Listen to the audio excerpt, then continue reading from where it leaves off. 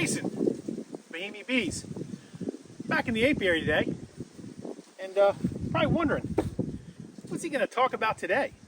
Well, I could talk about a lot of things. It's winter here on the eastern shore of Maryland, so we're getting our colonies ready. I'll give you a couple more tips. I could talk about some new equipment, but you know what? I want to talk about some myths. I want to talk about some legends, some things that maybe someone told you as a beekeeper, and you took it for face value. And you said, you know what? I'm going to do that or not do that, or I'm going to listen to that, or I'm going to ignore that. But these myths, they can be fascinating. So be sure to tune in to the whole video. That's a lot of good information. You might learn something. I know I did. But you're not going to hear from me. I'll let some of my friends tell you. But, quick disclaimer. Wait, really? Come on, big guy. We're trying to do a legal statement here. Hey, I've been hired by him, as well as the Dewey, Cheatham & Howe law firm, to come and tell you that the things you're going to see in this video, well, they may be dangerous. They may not be dangerous. They may be a rumor. They may be true. We don't know, okay? But we're going to find out in this video. So you better stay tuned and pay attention, okay? But I'm choking on my beard. I mean, come on, people. Trying to look good here for the audience, and I can't breathe. God. But anyway, the things you're going to see here, well, if you agree with them, all right, then you make sure you hit that thumbs up button, smash it. Just smash it, okay? But if you disagree, well, then tell the man, that guy right there, tell him in the comments so that he can get back to you and he can agree or disagree with what you're disagreeing with, okay? You see how this goes? All right, just go ahead and leave a comment. Tell him that you love him, okay? He needs the love. Okay, he's putting on this video. He needs love. But anyway, listen. We got to get back to the action. Okay, we about done here. Just remember what I said. Leave a comment, smash the like button. Okay, do it, don't do it. I don't care. All right, but just hey, be careful with what you're doing. Bees can be dangerous. Okay, you ready, big guy? Back to you. Hey everyone, I'm Bruce from Bruce's Bees. Jason, thanks for the invitation to participate in this video. The myth that I want to dispel is that you cannot use anything black or wear anything black around bees. First of all, I've got a navy blue shirt on. I am going to wear a bee jacket though for the little experiment I'm going to do. And on one hand, I'm going to wear a regular beekeeping glove, and on the other, I'm going to wear one of the typical black nitrile gloves that I like to wear. I just recently posted a video about that. If you'd like to go to my channel, check that out. You're more than welcome to do so. Let me go crack open a hive and we'll see what happens. I've already removed the top box. It's over here, and as y'all can see, it's a box of bees right here for sure. These bees are traditionally pretty spicy and pretty feisty. I've already got them stirred up a little bit, not using smoke. They're flying around me pretty hot and heavy around my head. I'm gonna clap my hands right here and see if that does anything. Rub them, get them all agitated. Okay. They're climbing a little bit on the black gloves, but not attempting to sting me. Really nothing with the white glove either. There's some down here kind of that have been coming after my wrist a little bit. But nothing. For some reason, they just don't really attack these nitrile gloves. They are coming after my face a little bit, but no issues with that black glove. And I've been using these black gloves now for years off and on with no issues at all. I mean, they'll sting me occasionally if they're really fired up or if I put my finger on one, but you'll see them climb around a little bit on them. I am missing a finger here in case you're wondering. Beautiful box of bees. Well, you can tell they're a little feisty, a little fired up, but really no significant attempts to even sting me in that black glove. Really, honestly, the white glove for that matter today. They're coming more after my face today. So that is a myth that I don't think you should believe, is that bees attack anything dark or black. Thanks, Jason, for the invitation. Hey guys, Gus Mitchell here on a rainy fall day. One myth in beekeeping that I find to not be true is that you can't or shouldn't harvest honey from a first-year colony. This is a very regional thing, also depending on other factors like the quality of the bees that you've received, the quality of the mentorship that you're getting, and the area that you live in. Here in the Memphis area, what we call the Upper Delta, we transition from spring to summer flow to fall flow without dearth in most years. So it's more likely than not, as a new beekeeper in my area, that you will get a honey harvest than that you won't. Even if you started a nucleus colony the first part of June, which is very common here, you're going to get a good crop depending on exactly where you're at. You could end up with, you know, just enough to fool with, maybe a partial super, up to, gosh, maybe even 3 supers of honey. So I think it's important to debunk this myth, because a lot of new beekeepers will come to me and they say, gosh, I just wasn't prepared to harvest honey my first year. And this kind of sets them back. So I think it's best as a new beekeeper to prepare for at least a minimal harvest your first year, just to get that practice in. And maybe if things go really well, cross your fingers, you'll get a good crop. It is important to not over harvest and not get overzealous with it and cause the bees to struggle through winter. But again, this falls back to that good mentorship and understanding your resources that your colony has and has produced. So yes, as a new beekeeper with the first year colony, it can be very likely impossible that you will get a honey crop. Thanks for watching. Good morning. My name is Jason Huff from Wood Camp Farm. I'm out here at the watermelon and cantaloupe field that is no longer a watermelon and cantaloupe field, doing my rendition of things you learn in bee class that might be myths and not quite true. I'm out here today, walking back over to my yard now, feeding the bees. Feeding bees and getting them up to 60 or 90 pounds, depending on where you are, how far north or south you are. That's not a myth, that one's a good one. The myth that I'm gonna debunk and talk about while I'm looking at these girls is if you don't have a candy board, sugar board, mountain camp, whatever all these things are called on your hive's gonna die. I started out when I was 16, which was 30 years ago on the nose. And if you got to the point where you were putting a candy board or a sugar board on your hives, that was considered emergency situation, not standard practice. If you've got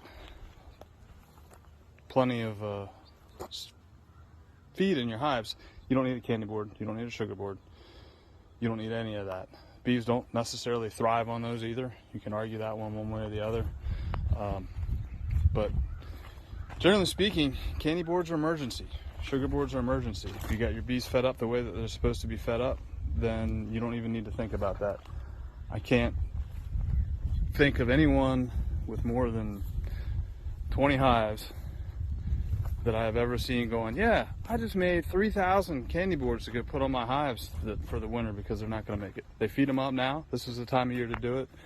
If you're a little north of here, you might be out of runway. Maryland and south, you know, who knows what we're going to get over the next 3 weeks. I know we're supposed to have 75 degrees tomorrow, so they're getting one more shot of feed today. They just got a shot of oxalic, and that should pretty well top them off, and I won't have to mess with them again until February, March, whenever I decide to start putting pollen sub on and doing those kinds of things. So that's my myth. Candy boards are required. If it's an emergency and you need them, sure. But if you feel like you need them every year, you need to take a look at your fall management and feeding strategy. All right, thank you. Well, hi guys. Hey, I'm just doing some research for my brand new book that I'm writing called The Absolutist. absolute beekeeping and best practices. No, I'm just kidding. Seriously though, one of the questions we get all the time, what is better, 1-to-1 or 2-to-1? My answer, neither. What? How can it be neither? Well, you got three things to consider here. Number one, your goals. Number two, the context of which you're operating in. And number three, the scale in which you're operating your goals and your context within. Now for what we're doing, we're raising nucs and we're raising queens. And to do that, we need bees to do a couple things. We absolutely have to have them drawing comb, and we have to have those queens stimulated and laying as many eggs as possible. One of the things that we do to make that happen is we're feeding with buckets right on top of our colonies. All right. Also, we're using frame feeders to really bulk them up. But you ask, well, Greg, are you using 1-to-1 or are you using 2-to-1 to do that? Neither. I'm using 3-to-1. 3-to-1? Are you kidding me? 3-to-1. Now we use ProSweet. We've used concentrated feeds now for almost 5 years. And what we keep seeing year after year after year is this.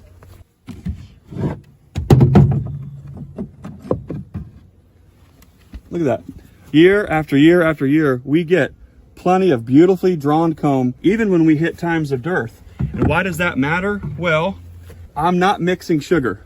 I'm not going and hoarding sugar. I'm not trying to find sugar at all those astronomical prices. Yes, ProSweet's not cheap, but when you factor how heavy it is, the fact that it's already an inverted sugar, how well the bees actually take it, what they do with it, for us, at our scale, with our goals, in our context, it's a win-win situation. We're putting that heavy feed on those bees in the spring, and they are building tons and tons of comb, enough that we can sell all the nucs that we can make.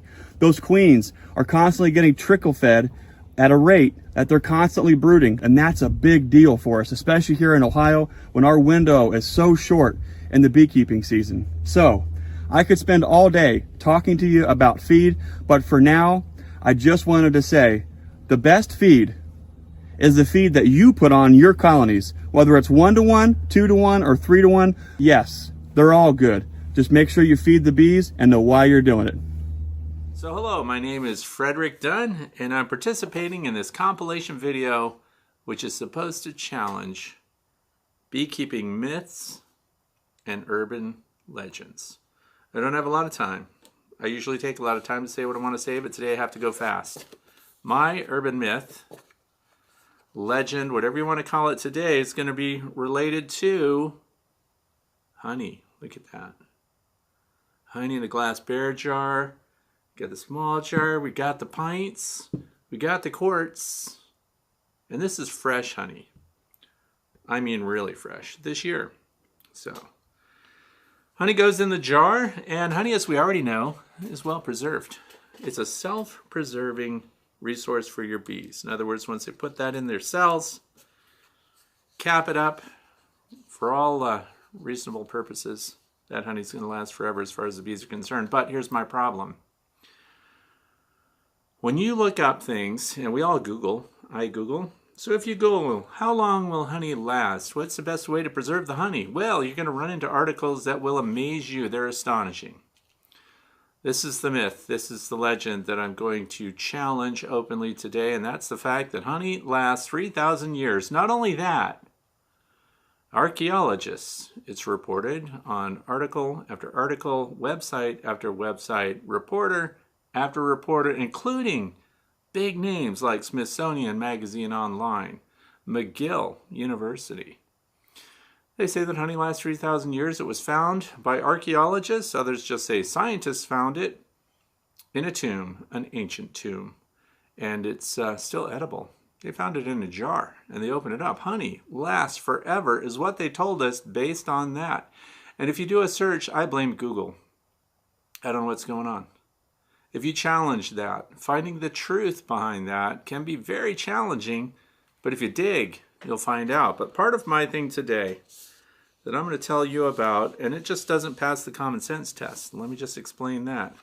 Honey ages. No matter what kind of a jar it's in, it's going to age, it's going to get darker. It's not going to stay the same as it is when it comes out of the hive. The bees make it, we take it, we put it on the shelf. Fresh honey is better. But for some reason, People want to be able to say that it lasts forever and ever and ever and will never spoil and you can eat it. Let's sit back and do a logic check on that just for a second. Let's say you're an archaeologist. Let's get in there and let's dig into those excavations and we find a jar. 3,000 years old. Not only that, there's other claims out there even older. So now we have culture wars. It's older in Africa. They beat the Egyptians. So now we have these clashes. But you know what's missing? Scientific evidence. Information that we need to prove it out. But if you were an archaeologist, if we were an archaeological team and we go in there and we're doing something, one of them claims it happened in King Tut's tomb, of all places, the boy king. So let's say now, just for humor's sake, we get into King Tut's tomb and we're excavating and look, we find an ancient jar full of honey. We suspect it's full of honey. And it was pottery, right? Because back then they didn't have what we have today. So the first thing they did was they tasted it. Really? Did they? Would you? When you find artifacts at an excavation site, verify this with your famous local archaeologist that you know. Are you allowed to meddle with it? Or do you set it aside? Does it get cataloged? Does it get photographed? And then archived, especially if it's something that could spoil further or if it's very important. Because what they really want to know is what do they eat? What kind of resources did they have? So I don't challenge the fact that ancient cultures used bees, used honey, applied medicinals and things like that. I'll bet that's true.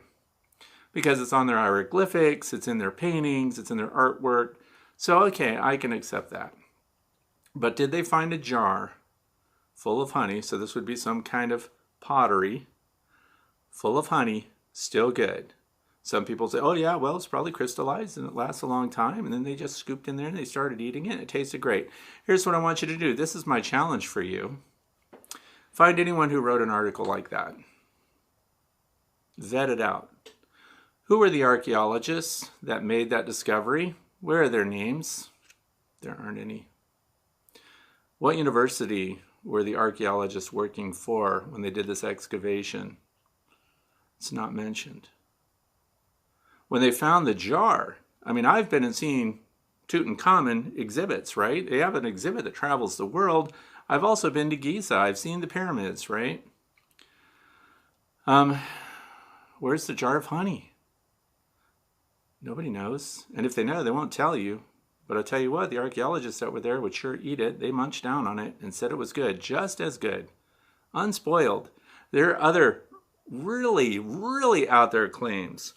So my challenge is, I think that is not true. I don't think they found 3,000-year-old honey still good to go in a tomb under any name. And I'll explain why. There is new science that's out, by the way. And part of what they want to find out is about these cultures. How do we know what they ate? How do we know what their diet was? What was growing? In fact, seeds and things like that. What did they use? So there are dry things that subsist. I believe that, right? And then they found out through this new capability. It's a new capability. They look at the pottery shards. So these aren't even complete pots. They found shards of pottery. And with the method that they have now, they can analyze the particulates, microparticulates. And what do they find? Beeswax.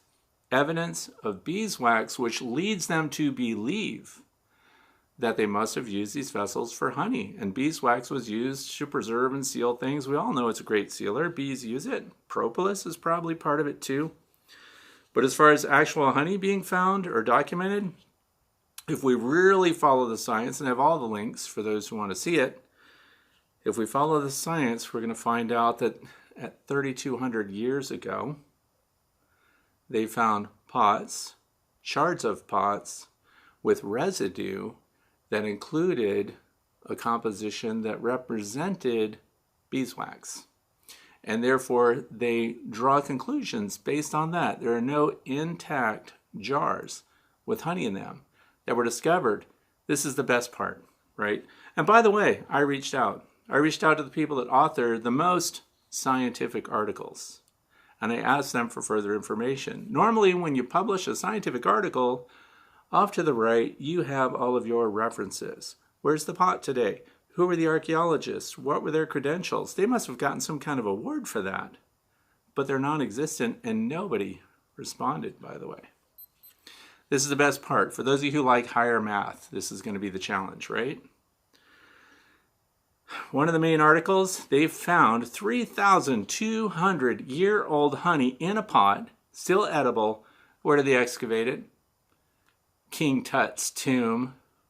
And so they found it in there. And I'm sorry for the tone that I'm delivering here, but most of us can add and subtract, right? Let me just break it down for you. King Tut's tomb, they find a pot, has honey in it, still edible. Let's say that's even remotely true. I would be impressed by that, by the way, if that actually happened. Here's the problem I have. Higher math, let's go. When was King Tut born? 1341 BC, which today is BCE, before current era, right? When did King Tut die? 1323 BC. Are you following me? The tomb itself was no more than 1,300 years old. Let's stretch it out. 1,400. Let's call it 1,400 years old. Yet inside that tomb, they found a jar of honey, still edible, that's 3,200 years old. Do you see what I mean? These are myths. These are legends, and they're not founded in science. And that is my contribution to Mythbusters when it comes to honeybees and things like that. I don't think it happened. Do your own research. When you find somebody posting an article that says that honey lasts forever and it's over 3,000 years old, and others claim even farther back than that, ask them for the details. Who are the archaeologists? Where is that specimen now? Who did it? And what was the tomb specifically? That's my contribution. I'm Frederick Dunn. I hope this was informative for you. Hey guys, Bob Walker here. I guess the myth that I'm talking about today is there only one queen to a colony? It's not always the case.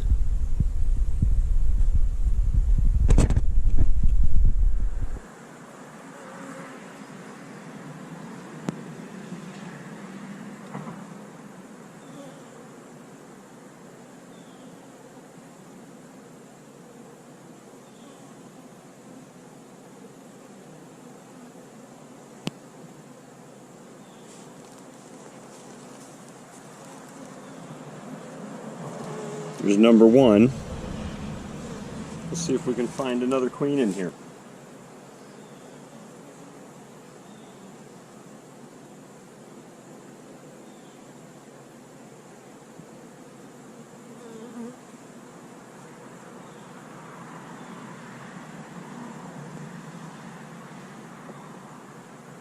Put number one back.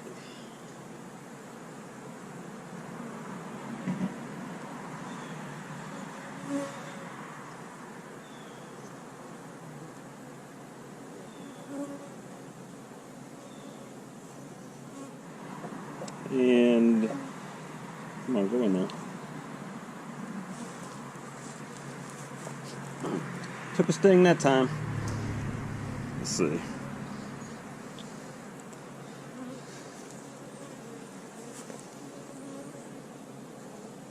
And there's queen number two.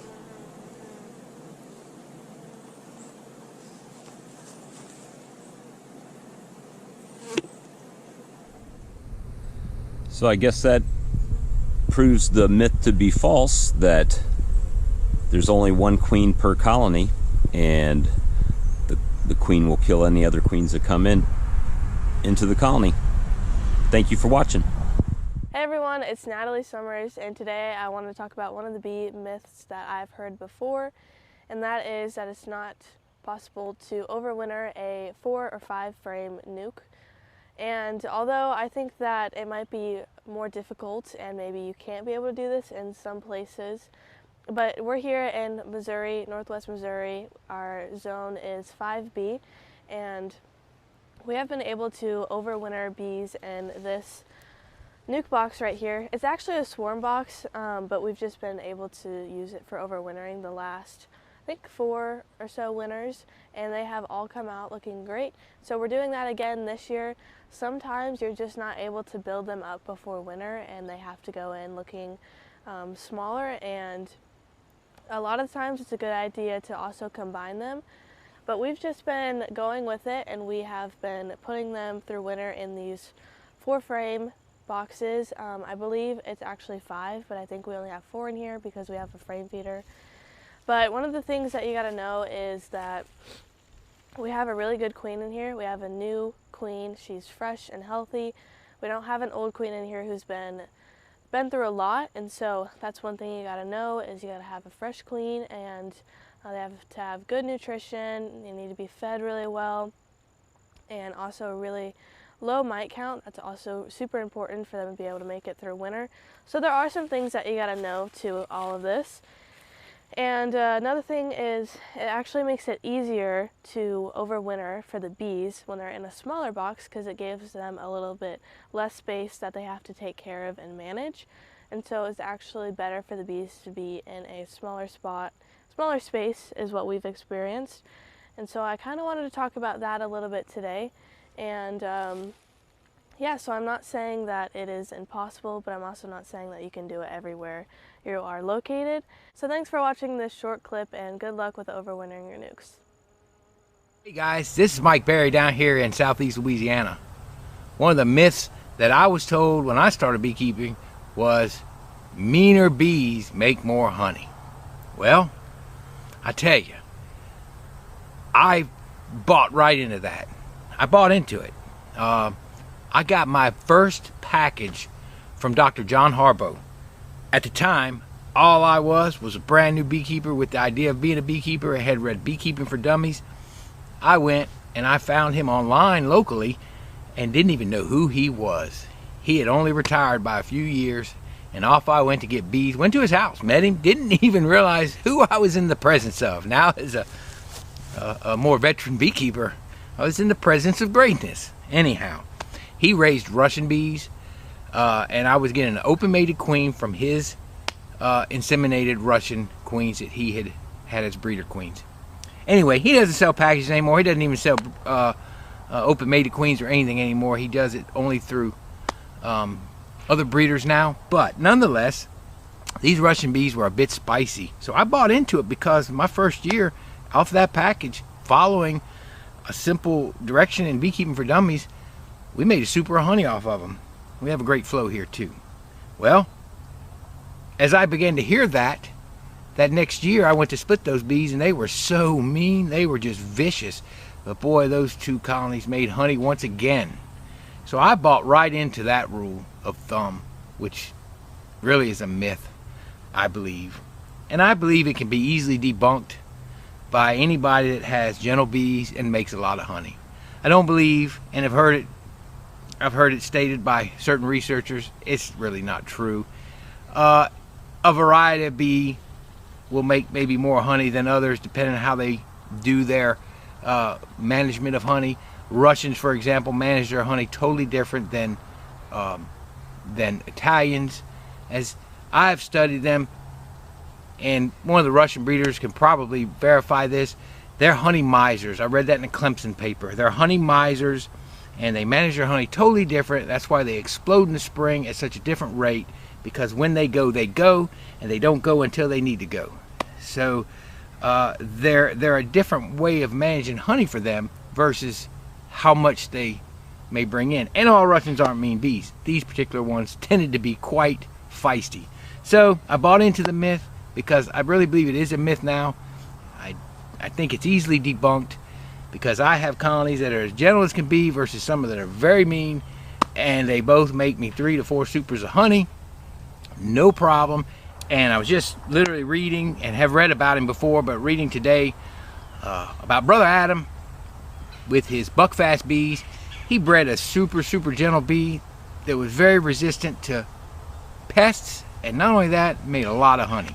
So yeah, I'd have to say I believe that is totally a myth, and just because you have mean bees doesn't mean you're going to make more honey than somebody else. Alright guys, have a great one. Beekeeping myth busted, eh? Well, I went onto Google just to see what was there.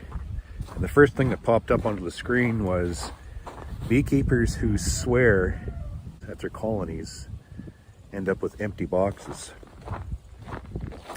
And isn't that the truth? I swear at my colonies all the time. And the myth is busted because I have boxes of bees. I have a bit of a love-hate relationship with my honeybees.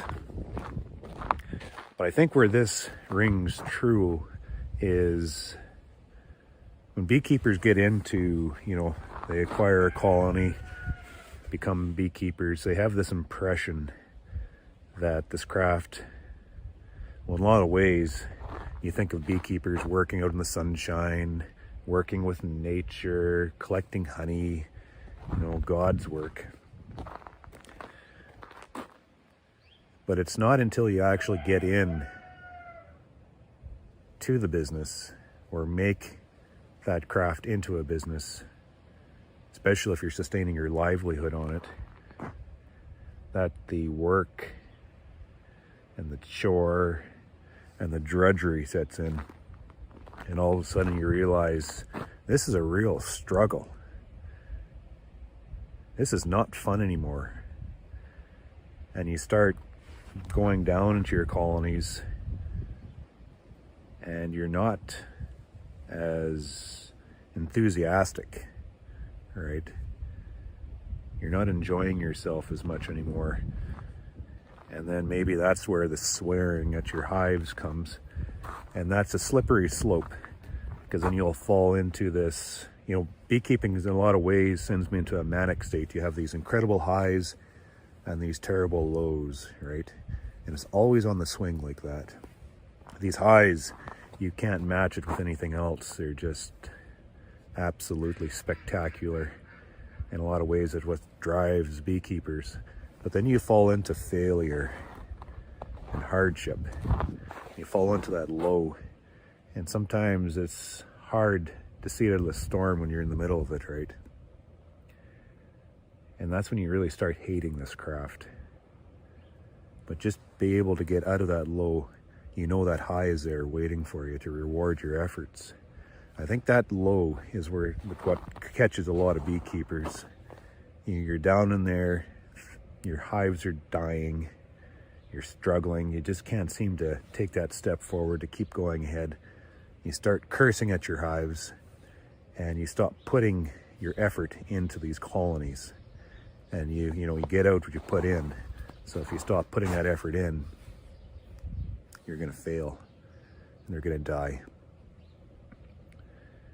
So I think in a way that myth holds true both ways. That beekeepers who swear at their colonies will end up with empty boxes, because many do. But there's also beekeepers like me who swear at their boxes, swear at their colonies, and thrive. So just take that with a grain of salt. Hey everybody, it's John, and we're going to discuss one of the myths that was told to me during the first beekeeping class that I ever took, and that is that bees prefer to move upward. Bees prefer to work upward. Now, a lot of experienced beekeepers may understand why this was actually told during a first year beekeeping class. However, it is in fact a myth. That's not what bees naturally like to do. You may have even read that in some of your beekeeping books, that bees prefer to work upward. Well, the sad truth is that bees don't read our beekeeping books. And so we need to look at what the bees are really doing in nature. And generally speaking, bees will always work from the top down. So if you put a brand new frame in a hive, they're going to climb up to the top of that frame. They're going to start building their comb downwards. So bees like to work down, not up. Bees don't like having empty space above them, which is why bees will move back up into the upper supers at a later date.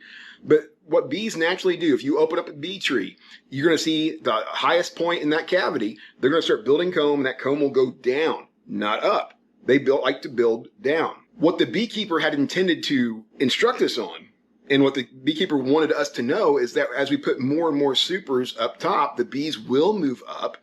But bees by nature like to work downward. They will put their honey stores up, That's true. They will do that, but they like to build downward. That's how bees like to do it in nature. When we add a super on top of their existing box, whether that's a deep or a medium, when we add another super on, we're doing something that's really unnatural to the bees. Nobody comes in the bee tree and puts another empty cavity above their existing cavity. If you do a cutout in a wall, for example, in a house, they will typically go up to the highest point in that wall. Maybe it's like a fire ledge or something like that way, and build the comb down. So the idea for us to add supers on top is just to manipulate the hive. When we add supers on top of an existing beehive, it's for our purposes, not for the bees. It's for us to actually manipulate how they're producing the honey, make it easier for us to get the honey out. As I mentioned, bees don't like to have space above them. If you have a smaller cavity, for example, you put a lid on top of the box, on top of the super, and there is a small gap there, maybe a few inches, 4 or 5 inches, they may actually build the comb from the bottom up to try to connect that space. But naturally, bees don't like having an empty space, empty void above them. So that's why they'll move up. Now, in the wintertime, bees will move up. But you got to understand, why will bees move up in the wintertime? Well, it's to get to the honey. Yes, I'm sure if they're hungry, if they want food, they're going to move up to where those honey supers may be or honey frames may have been. But you also have to understand, their hive is just like a house. Hot air rises. Bees will naturally work upwards in the wintertime because it's a warmer temperature there. Now, yes, they're going to move up there to get their food, but they're also moving up for heat preferences as well. In the spring, bees really naturally want to work downward. So those bees will eventually move down. There are some schools of thought where they'll say, hey, reverse the hive boxes in the spring because the bees are up in the top super, top deep, whatever the case may be. Let's go ahead and reverse those boxes. They do that because they believe it will help prevent swarming. I typically do not reverse my boxes, and the bees do just fine. The bees will move back down because that's where they want to be. The brood will typically, generally speaking, go down, and then they'll put honey supers on top. It's possible to have a queen go up several supers. As we all know, the queen will move around. She's looking for space. But in general, bees will try to fill up their space. And that's what they're trying to do. So if you just leave one deep there, they're going to fill all those frames up, put another one in there. Eventually, they're going to move up top and start drawing those frames out. But give the bees some space and they'll use it. But to say that bees like to work upward is a fallacy. Just look at Mother Nature and we can learn from her. Hey, O'Brien Castle Hives. I tell you what, when I started beekeeping, get this. Everybody told me, they were like, if you're going to keep bees in Northeast Ohio, you got to wrap them.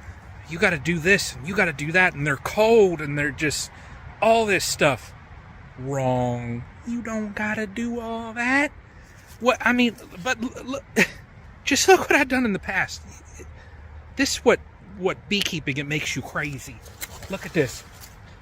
I bought a sewing machine last year for beekeeping. I made these wraps. Oh, no. Only thing I'm going to do now on my bees is I have an insulated inner cover just to keep that heat pocket in there. That's all I'm going to do. Ain't got to do all that here. It's just crazy to think that, for all these hives, you got to do all these wraps. You got commercial guys out there got what, 1,500, 5,000? Are they out there making sure they got little down jackets on and stuff like that? Little foam wraps and all that? No. So, one thing I learned early on in beekeeping is you got to wrap your colonies. And that's why I have these. I made these. My wife thought I was nuts. You don't need that. You know what I'm going to do with this year? Watch this. Right there. It's just going to get thrown away. So, myth is busted. You don't need to wrap them in Northeast Ohio. So, y'all take care. Oh, hey. You stayed to the end. Cool. Well, I hope you learned something. I know I did. Tell you what. Beekeeping, the craft of beekeeping, has been around for 1 million years. What? Okay. Beekeeping has been around for about, 5,000 years. Okay, good. And we're always still learning. Lots of things that we hear, lots of things that we read. But it's up to you. to get out in your apiary. Watch your bees. Get your thinking chair, as Greg Burns says. Watch your bees and learn from them, because they won't tell you any lies. I hope you enjoyed the video. Hey, you like this type of stuff? Like some of the information we're putting out? Subscribe. Hit the subscribe button. We really appreciate it.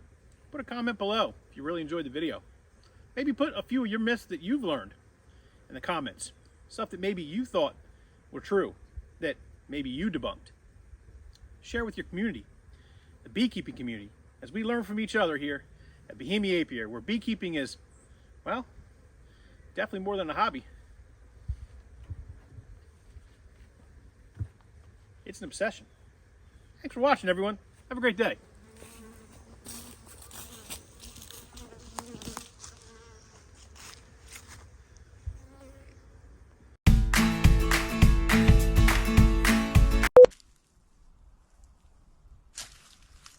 Hi. The video's over. You can go home now. All right. Oh, you are at home? Well, you can go to another video, but this one's about to be done with, okay? So, why are you still here? Are you thinking that they're going to show some of the bloopers or something at the end of this? Because, well, I'm the blooper, okay? So, bloop, bloop, bloop, bloop, bloop, bloop, go away. Go away.